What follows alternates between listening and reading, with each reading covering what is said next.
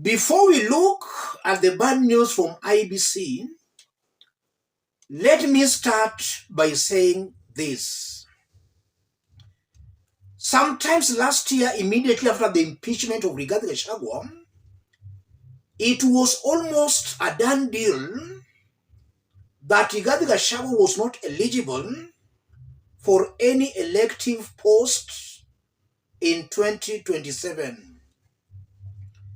It was almost a done deal. Then came around May this year, the Court of Appeal declared the 3 High Court judge bench that paved the way for Professor Kithure Kindiki swearing in as the Deputy President irregular. That the bench was irregularly constituted. Deputy Chief Justice Philomena Mwilu had no such powers to constitute that bench. And with that ruling, there was a lot of excitement in Rigathi Gachagua's team, and some even called for the reinstatement of Rigathi Gachagua as Kenya's Deputy President. Rigathi then moved to court to nullify Kithure Kindiki swearing in as the Deputy President.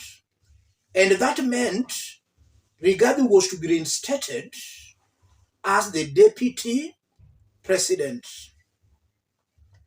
The court declined to nullify Kithure Kindiki swearing in. Reprieve for Gachagua, as court says, also a case wrongly assigned. That was the Court of Appeal's ruling that declared the bench irregular. With that ruling, Rigathi moved to court to nullify Kithure Kindiki swearing in. Court declines to nullify DP Kindiki swearing in as Gachagua seeks shillings 40 million compensation. So the courts failed to nullify Kithure Kindiki swearing in. And that meant Rigathi Gachagua had no option but to seek for compensation, which I highly doubt if he succeeded or will succeed. So that's the sequence of events. So Rigathi remains impeached. He has so far not gotten any reprieve from the courts. He remains impeached. And an impeached person cannot seek any state office. Let's have a look at this provision.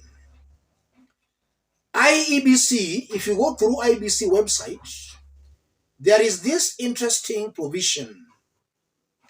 Requirements for elective post must not have been dismissed or removed from public office for contravening the provisions of Article 75, 76, 77, and 78 of the Constitution. That's a provision I found in IEBC's website. It's there. You can Google it and you'll find it. So as it is, Rigathi Gachagua cannot seek any elective post. In our yesterday's analysis, we also looked at Article 75, Clause 3 of the Constitution. Anyone impeached is not allowed to hold any other state office.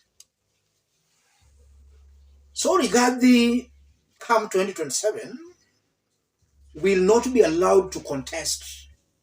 That's what the law says. Why is Rigathi vigorously campaigning for 2027? This is a topic we've always discussed here severally. The moment you will see Rigathi Gachagua being cleared to contest, be rest assured, William Ruto wants him to be on the ballot. And I'm saying that because in Kenya, sometimes there is what the law says and what actually happens. We've also heard of the courts being corrupt. We are not visitors in Jerusalem. We've been here in Kenya for some years now. Sometimes it's rumored and sometimes even proved that our courts are corrupt. And the corruption in the courts cannot stop today. And they may not even stop tomorrow or anytime soon. If William Ruto believes that Rigathi Gachagua's presence as a presidential candidate will make Ruto win an election or will make it very easy for William Ruto to win an election, I won't be surprised to see Rigathi Gachagua being cleared to contest. I felt it was important to bring this to the attention of Kenyans so that eventually, when IEBC blocks Rigathi Gachagua from contesting, it should not be interpreted to mean that people have ganged up against him. That's what the law says. He can't contest. He's not eligible. And I honestly believe Rigathi is now in the leagues of Waititu or Sonko. They cannot contest for any seat. They are permanently blocked unless they get some reprieves from the courts. And from where I sit, William Ruto and his team are carefully monitoring what's happening in the opposition. If they feel Rigathi is a threat, if he's on the ballot, Rigathi will be blocked.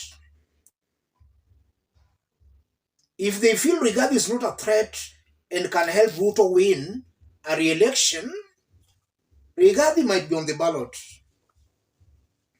But the law clearly blocks him from contesting. Let me stop it there, ladies and gentlemen. If you are watching us but you have not yet subscribed, subscribe, give the video a like. And also today the opposition met. There was Kalonzo, Matiang'i, Rigathi, Linturi, Eugene Wamalwa and those other leaders in the opposition they met.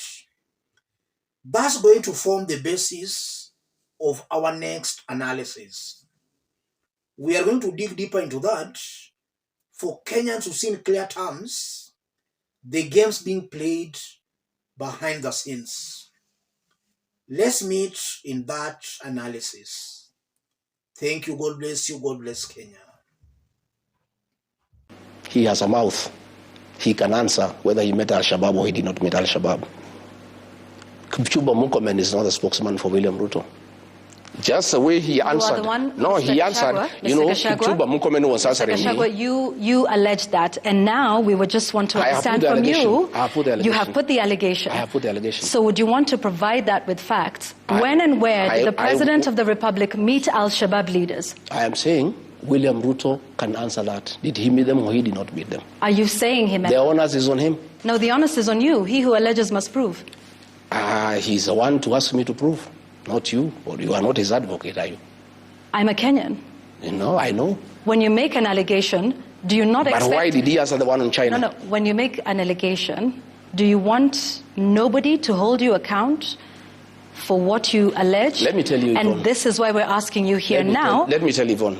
This matter is under investigation by the Senate. Let me tell you what I'll not do. That's understood. I just want to understand from you. You say the President met Al-Shabaab leaders. When and where? And for what purpose? What I have said, that this allegation was made by the Senate. No, this allegation was made by you, Mr. Gachagua. But the other details on top of this bill. I was in America. Every bill has attendant facts. and figures. Mr. Gachagua, when we have an opportunity to speak with the members of the Senate of the United States, yes. we'll pose the same question to them. Yes, you will.